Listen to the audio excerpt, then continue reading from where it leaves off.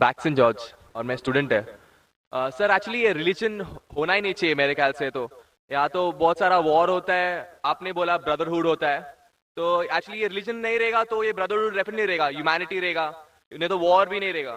तो रिलीजन होना ही नहीं चाहिए कॉन्सेप्ट। रिलीजन क्यों होता है, क्या आप हेल्प करेंगे उसके लिए? भाई साहब का सवाल है कि रिलीजन होना ही नहीं चाहिए, ये मजहब होना ही नहीं चाहिए, ये मजहब की वजह से वॉर होता है, झगड़ा होता है। आप कहते हैं भाईचारा बढ़ता है, वॉर होता है, सिर्फ ह्यूमैनिटी होना चाहिए। भाई साहब नाम के माइक बैक्सन जॉर्ज। कौन से माइक्रोफोन पे हाथ ऊपर करेंगे? जॉर्ज जॉर्ज बोलिए सर। पीछे वाले माइक्रोफोन। जॉर्ज भाई साहब से पूछूंगा, ये कहते कि मजहब होने की वजह से लड़ाई हो रही। भाई साहब क्या मैं आपसे लड़ रहा हूं? भाई साहब नहीं नहीं क्या मैं आपसे झगड़ रहा हूं? नहीं सर। हाँ क्या नहीं? नहीं सर। आप समझते मैं मजहबी हूं? हाँ सर। हूं ना? तो मैं क्या आपसे लड़ रहा हूं? नहीं जो सही मजहब को जानता है, सच्चा मुसलमान है, वो आम तौर पे झगड़ा नहीं करेगा।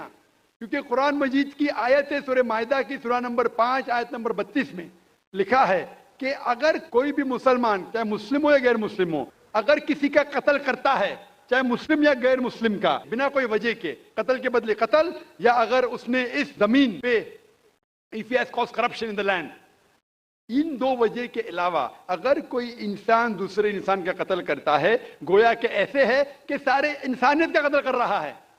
मैं आपको एक मिसाल दूंगा।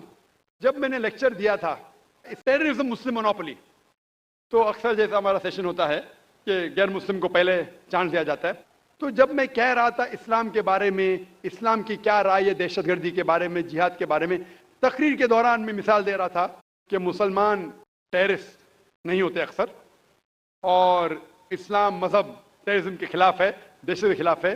सवाल जवाब के मौके पे एक हिंदू ने मुझसे सवाल पूछा कि जाकिर भाई, जो गुजरात में हुआ, जो मुसलमानों के साथ जो गलत हुआ, जो मुसलमान औरत के साथ बलात्कार हुआ, अगर मैं होता तो मैं भी हिंदुओं को यहां चुन चुन के मारता था। तो जो मुसलमान हिंदू को, अगर ट्रेन ब्लास्ट में कोई हिंदू मरा और मुसलमान ने किया, तो मेरे नजदीक सही है। ये हिंदू मुझसे कह रहा है कि मेरा जज्बा भी, अगर कोई मेरी बहन का बलात्कार करे तो मेरा जज्बा भी जागेगा और मैं बंबई में हिंदू का कत्ल करूंगा। कौन कह रहा है? हिंदू मुझसे कह रहा है। तो मैं उसको जवाब देता हूं, भाई साहब आप बिल्कुल सही कहते हैं, आम इंसान यही सोचेगा, आम इंसान यही सोचेगा, और आप आम इंसान जैसे सोच रहे, और सब पब्लिक में तालियां बज रही थी। लेकिन मैं आम इंसान नहीं हूं, मैं मुसलमान हूं।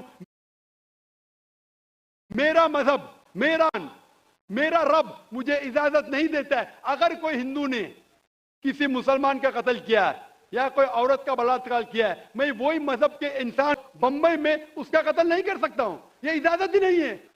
अगर मैं शायद मुसलमान नहीं होता तो मैं कहता था हाँ वो हिंदू से आप सही कह रहे हैं। मेरा मजहब मुझे इजाजत देता ही नहीं, ये आपकी इंसानियत है जो कह रही है। मुसलमान होने के लिए इंसान होना फर्ज है, लेकिन इस्लाम इंसानियत से ऊंचा है।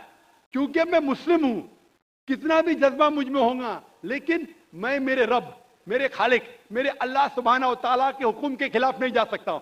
जो शख्स ने कोई मुस्लिम औरत का बलात्कार किया, उसको पकड़ो और उसको पुलिस के हवाले करो, पकड़ के सजा दो, लेकिन दूसरे इंसान को वही मजहब के अगर मैं कत्ल करूंगा, ये बिल्कुल इस्लाफ है। आप सोचिए, हिंदू के रिश्तेदार सोचने लगेंगे ना, ये कैसा मुसलमान, कैसा इस्लाम मजहब है। मैं, मेरे भाई ने क्या गलती किया था कि उसका कत्ल हुआ? मजहब नहीं सिखाता आपस में बैर रखना, हिंदी है, वतन है, हिंदुस्तान हमारा। आप जो कह रहे इंसानियत का सबक जो कह रहे हैं आप, इंसानियत अच्छी चीज है, लेकिन इस्लाम इंसानियत से ऊपर है।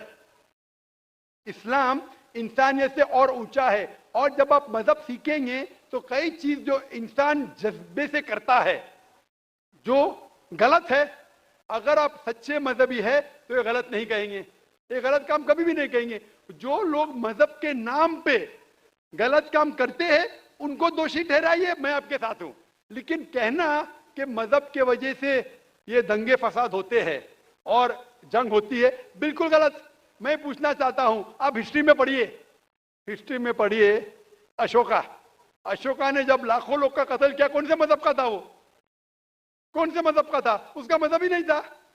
जितने लोग अक्सर कत्ल करते हैं वो नाम के लिए होंगे क्रिश्चियन या बुद्धिस्ट या कोई मुस्लिम होगा, लेकिन वो मजहब को फॉलो ही नहीं करते। आप तारीख में देखिए, आप तारीख अगर देखेंगे, मैं पूछना चाहता हूं कि जितने कत्ल आज हो रहे हैं, जितने कत्ल आप देखते हैं कि ये कत्ल क्यों हो रहे? अमेरिका अफगानिस्तान पे हमला क्यों किया? क्यों किया? मजहब के लिए। क्यों किया? दुनिया जानती है, ओपन सीक्रेट, तेल के लिए। इराक में घुसी क्यों? मजहब के लिए। करोड़ों का कत्ल किया, क्यों किया? मजहब के लिए। मजहब के नाम पे मुसलमानों को बदनाम किया जा रहा है। ये मजहब ही है। अगर सच्चा मजहब है, सही मजहब है, तो कभी भी नहीं सिखाता कि इंसानों में झगड़ा करना। अगर वो कुछ गलत काम कर रहा है, अगर गलत काम कर रहा है, जो शख्स गलती कर रहा है उसे पकड़ो, उसको सजा दो, मैं बिल्कुल उनके साथ हूं। लेकिन आम इंसानों में झगड़ा करना, फसाद पैदा करना, इस्लाम कभी भी नहीं सिखाता। ये इस्लामी मजहब है। इसीलिए इस कॉन्फ्रेंस का उन्वान है Islam the solution to humanity, Islam इंसानियत का हल।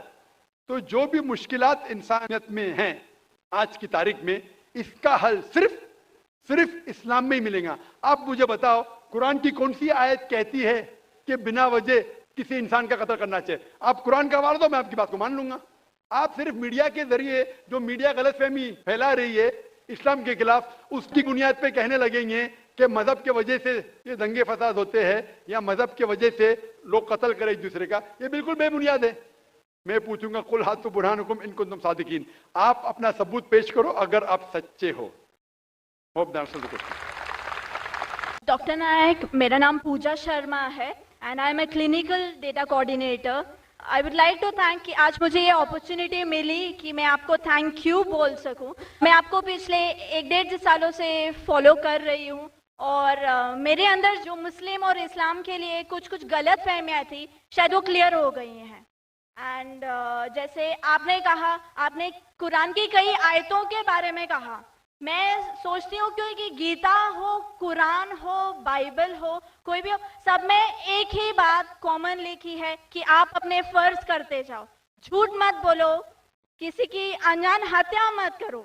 और जो जैसे कि एक बंदे ने बोला कि रिलीजन की वजह से इतने दंगे फसाद हो रहे हैं, मुझे नहीं लगता कि इस वजह से, even I agree with you doctor Zakir Naik, because मैं जहां तक जानती हूँ, मैंने थोड़ा बहुत पढ़ा है, इस्लाम में नहीं लिखा जो हम बोलते हैं ना कि टेररिस्ट आधा से ज्यादा मुस्लिम होते हैं। नहीं, ऐसा नहीं है। इस्लाम में लिखा है कि जब आप किसी की बेवजह हत्या करते हो कि तो आप शायद मुस्लिम नहीं हो। ये इस्लाम में नहीं लिखा है कि आप किसी की हत्या करो बीइंग अ मुस्लिम, आप किसी की हत्या करो या बीइंग अ हिंदू किसी की आप हत्या करो।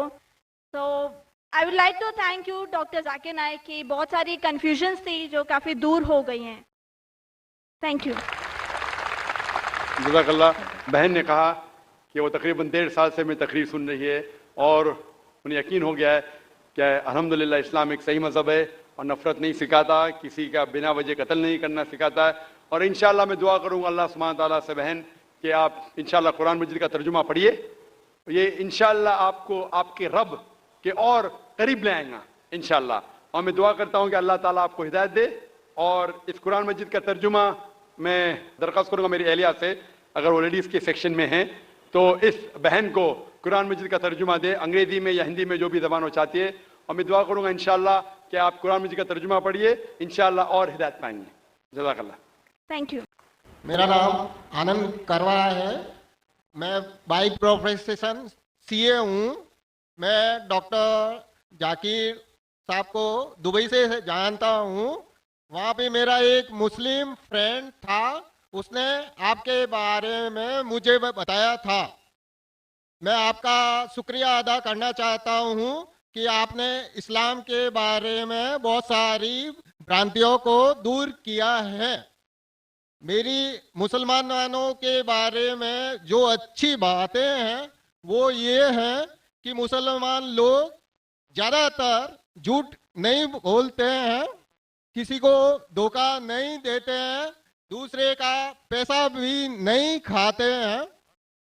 लेकिन मुझे एक बात मुसलमानों से कहनी है कि वो लोग गाय का मांस क्यों खाते हैं? आनंद भाई ने सवाल किया। वो कहते हैं कि वो मुझे दुबई से जानते हैं माशाल्लाह, और कई सालों से मेरे तकरीर सुन रहे, और वो कहते हैं कि उनके तजुर्बे के हिसाब से वो समझते हैं कि मुसलमान अच्छे लोग हैं, सच बोलते हैं, झूठ नहीं बोलते, किसी का पैसा नहीं खाते। लेकिन एक उनको मुसलमानों के बारे में एक चीज़ जो खटकती है कि मुसलमान गाय का गोश्त क्यों खाते, वो उनका सवाल है। मैं पहले बोलना चाहता हूँ भाई साहब आनंद जी कि एक मुसलमान अच्छा मुसलमान रह सकता है 100% शाकाहारी होने के बाद भी। A Muslim can be a good Muslim even by being a pure vegetarian. शुद्ध शाकाहारी होने के बाद भी एक मुसलमान 100% अच्छा मुसलमान रह सकता है। लेकिन क्योंकि अल्लाह सुब्हानहू व तआला हमारा रब, हमारा खालिक, कुरान मजीद में अल्लाह ताला फरमाते हैं, सूरह माइदा में सूरा नंबर 5 आयत नंबर 1 में अल्लाह ताला फरमाते कि आप उन 4 पायों जानवरों का गोश्त खा सकते हैं जिनकी हमने इजाजत दी है। अल्लाह ताला फरमाते हैं सूरह नहल में सूरा नंबर 16 आयत नंबर 5 में कि आप कैटल का गोश्त खा सकते हैं। कुरान में जिक्र आता है सूरह मोमिनून में सूरा नंबर 23 आयत नंबर 21 में कि आप कैटल में से आपको मिलता है दूध, उनमें से मिलती है आपको गर्मी, और आप इनका गोश्त खा सकते हैं। तो जब अल्लाह सुब्हानहू व तआला हमारा खालिक, हमारा मालिक कहता है कि आप गोश्त खा सकते, तो क्यों हमें नहीं खाना चाहिए? मैं आपको कोशिश करूंगा बताने के लिए कि आज की साइंस ये कहती है कि हमारे जिस्म में हमको प्रोटीन की जरूरत है, कम से कम 23 एमिनो एसिड की जरूरत है। यही 23 में से 8 एमिनो एसिड हमारे जिस्म में नहीं बनते। उसके लिए फर्ज है कि ये हमारे खाने में हमें ये एमिनो एसिड मिलना चाहिए। कोई भी शाकाहारी, कोई भी भाजी पाला नहीं है जिसमें आटों के आटो एमिनो एसिड मौजूद है। फ्लैश में, गोश्त में आटो एमिनो एसिड मौजूद है। इसे साइंस कहती है कंप्लीट प्रोटीन, कंप्लीट फूड। आज साइंस ये कहती है कि फ्लैश फूड में, गोश्त में प्रोटीन है, नियासिन है, विटामिन B1 है, इससे सेहत अच्छी बनती है। और आज आप देखेंगे जो जानवर जो शाकाहारी होते हैं, जो सिर्फ भाजी पाला खाते हैं, भेड़, बकरी, गाय, आप देखेंगे इन जानवरों के दांत इनके चपटे हैं, उनके पास हर्बिवोरस सेट ऑफ टीथ है। ये सिर्फ भाजी पाला खाते, गोश्त खा ही नहीं सकते। जब आप देखेंगे मांसाहारी जानवर के दांत, शेर, शेर बब्बर, चीता, उनके नोकीली दांत होते हैं। ये सिर्फ गोश्त खाते हैं, भाजी पाला खा ही नहीं सकते।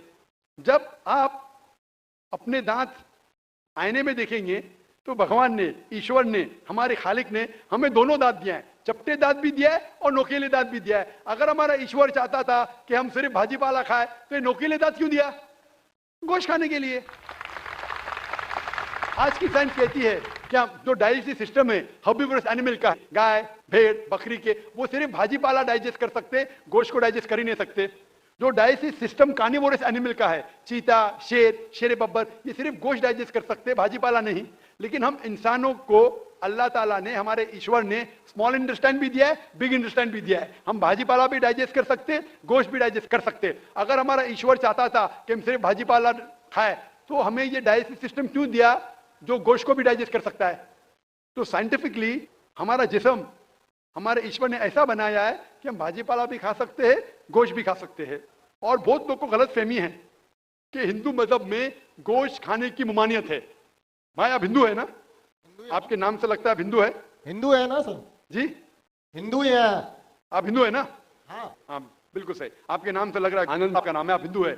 आपको गलत फहमी होंगी कि हिंदू मजहब में गोश्त खाना हराम है। आप जब हिंदू मजहबी किताब पढ़ते हैं, आपकी मजहबी किताब में लिखा है कि गोश्त भी खा सकते हैं, मांस भी खा सकते हैं और बीफ भी खा सकते हैं, गाय का गोश्त भी खा सकते हैं।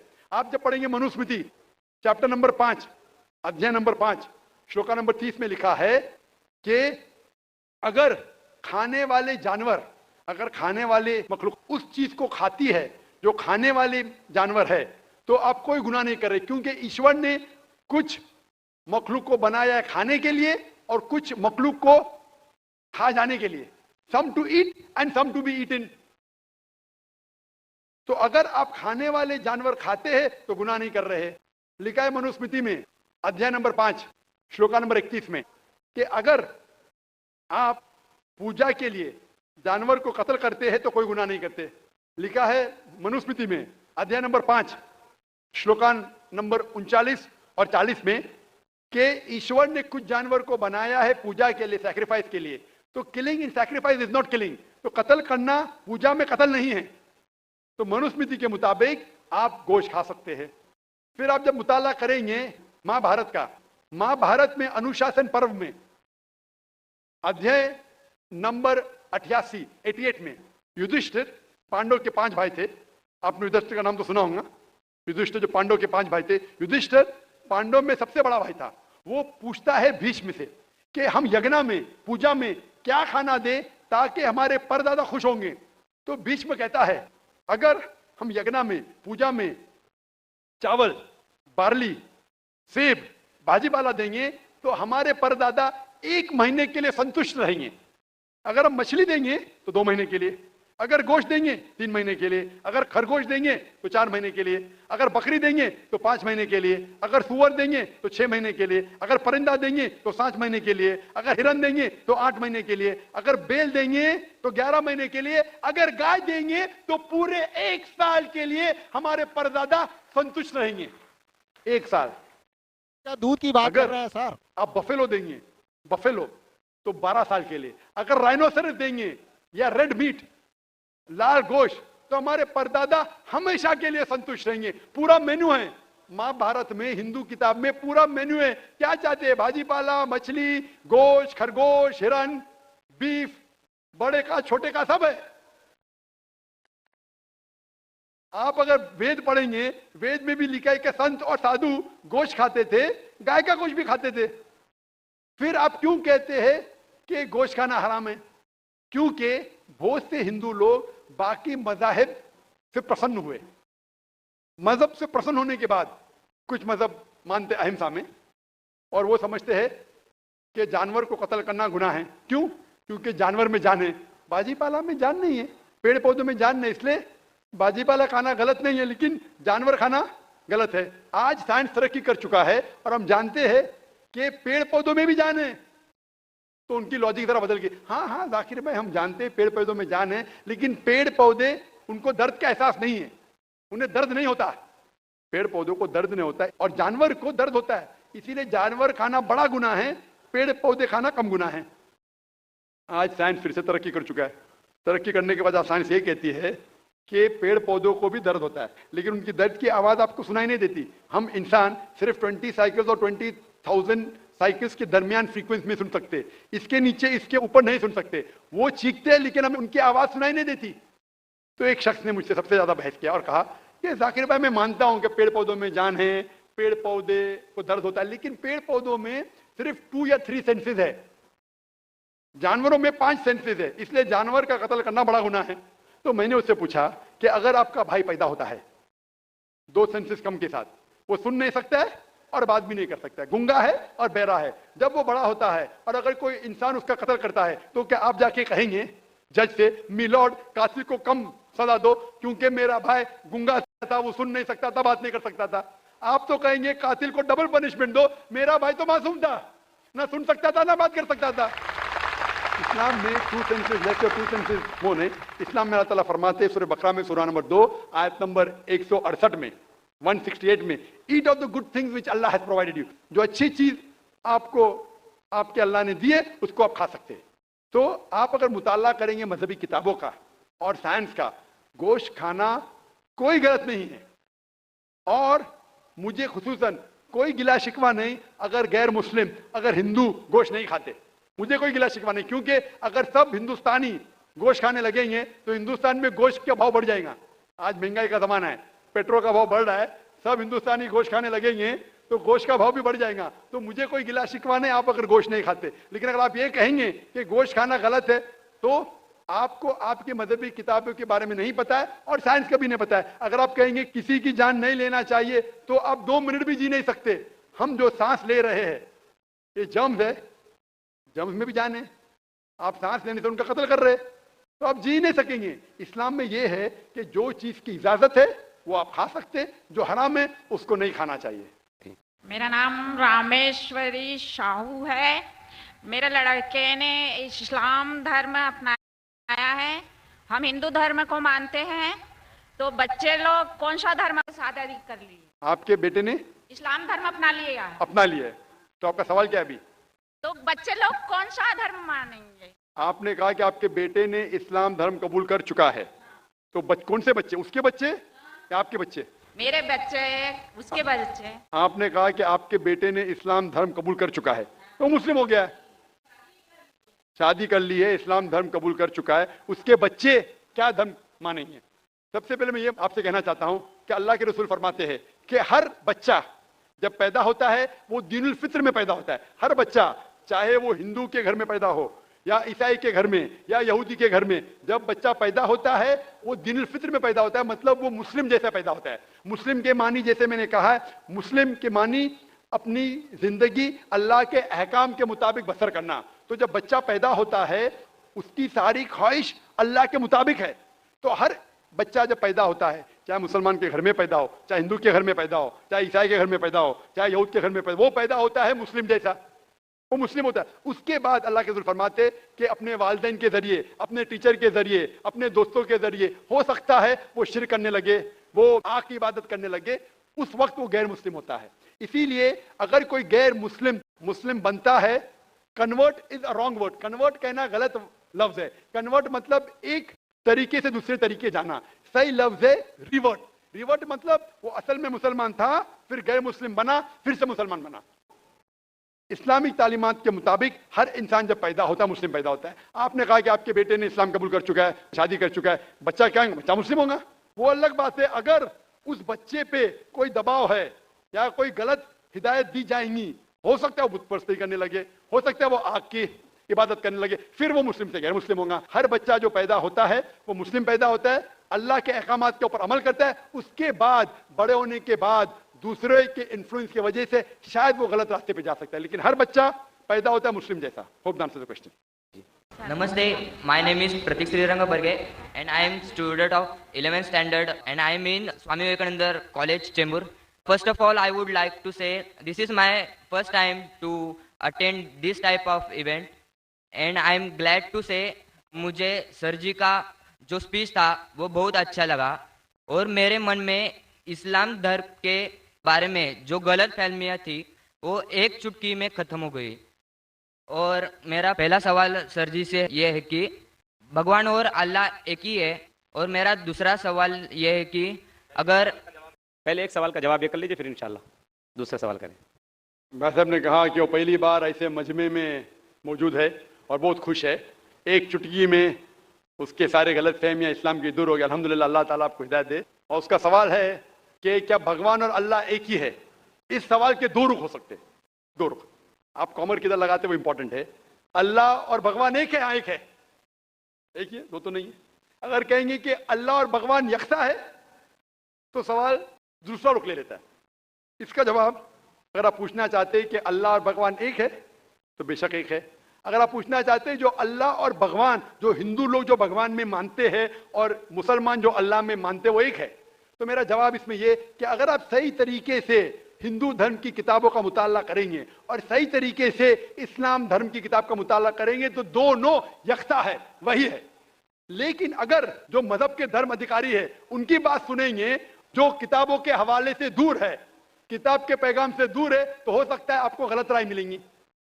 जैसे मैंने फरमाया था मेरे तकरीर में कि कुरान में लिखा है सूरह इखलास में सूरह नंबर 112 आयत नंबर 1 में, कुल हुवल्लाहु अहद, कहो कि अल्लाह एक है। उसी तरीके से आप जब हिंदू मजहब की किताब का मुताला करते हैं, आप पढ़ते हैं, उसमें लिखा है छंदोग्य उपनिषद में अध्याय number 6 section number 2 shloka number 1 में लिखा है एकम एविदित्यम, भगवान एक है, ईश्वर एक है, दूसरा नहीं है। लिखा है श्वेता उपनिषद में चैप्टर नंबर 6 श्लोका नंबर 9 में, नाचस्य कसिज जनिता न चदीपा, उस भगवान के कोई वालिदैन नहीं है, कोई रब नहीं है, भगवान का कोई माँ नहीं है, कोई वालिद नहीं है, कोई सुपीरियर नहीं है। लिखा है श्वेता उपनिषद में चैप्टर नंबर 4 श्लोका नंबर 19 में, नाट्यस्य प्रतिमा अस्ति, उस ईश्वर की कोई प्रतिमा नहीं। प्रतिमा का मतलब है अक्स, painting, picture, portrait, statue, idol. उस भगवान की कोई प्रतिमा नहीं, कोई पिक्चर नहीं, कोई पेंटिंग नहीं, कोई अक्स नहीं, कोई फोटोग्राफ नहीं, कोई आइडल नहीं, कोई स्टैच्यू नहीं। यह दोहराया गया है यजुर्वेद में चैप्टर नंबर 32 श्लोका नंबर 3 में, नाट्यस्य प्रतिमा अस्ति, उस ईश्वर का कोई अक्स नहीं, कोई प्रतिमा नहीं, कोई पिक्चर नहीं, कोई पेंटिंग नहीं, कोई फोटोग्राफ नहीं। तो जब आप मुताला करेंगे हिंदू मजहबी किताब का और कुरान का, हिंदू मजहबी किताब का ब्रह्म सूत्र में कहा गया है एकम ब्राह्म द्योत्या नास्ते नीना नास्ते किंचन, भगवान एक ही है, दूसरा नहीं है, नहीं है, नहीं है, जरा भी नहीं है। There is only one God, not a second one, not at all, not at all, not in the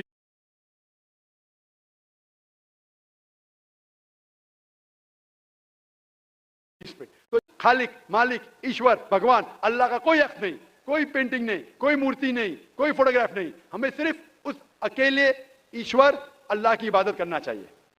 hope the answer the question.